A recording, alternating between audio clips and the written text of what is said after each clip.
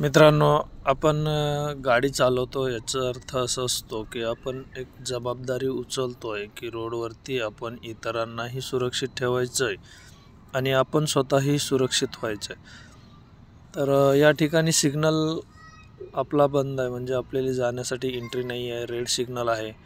तर अशा सिच्युएशनमध्ये आपण पुढं नाही गेलं पाहिजे. तर आता इथं समोर पण पाहू शकता आपण की किती जण सिग्नल तोडून जात आहेत, येत आहेत. पण मी जाणार नाही आहे, मी थांबलेलो आहे. मी माझी जबाबदारी 100% शक्यतो होता होईल तेवढं पार पाडण्याचा प्रयत्न करतो आहे.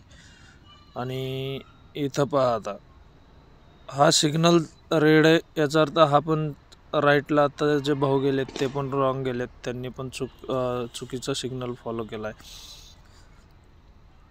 तर असं कधीही नाही करायला पाहिजे. आता याच्यानंतर होतं काय मित्रांनो, बघा आता इथं जे पायी चालणारे म्हणजे रोड क्रॉस करणाऱ्या लोकांचं सिग्नल आहे, त्यांचं सिग्नल ऑन होतं.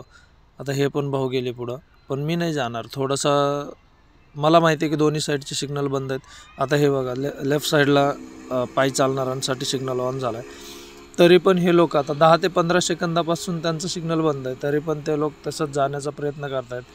तर असं कधीही नाही केलं पाहिजे. आता आपला सिग्नल चालू झाला आहे, का तर पायी चालणाऱ्या लोकांचं सिग्नल बंद झाला आहे, तरी पण हे भाऊ बघा, म्हणजे आपल्याला सिग्नलशी काहीही घेणं देणं नाही आहे, असं आहे का?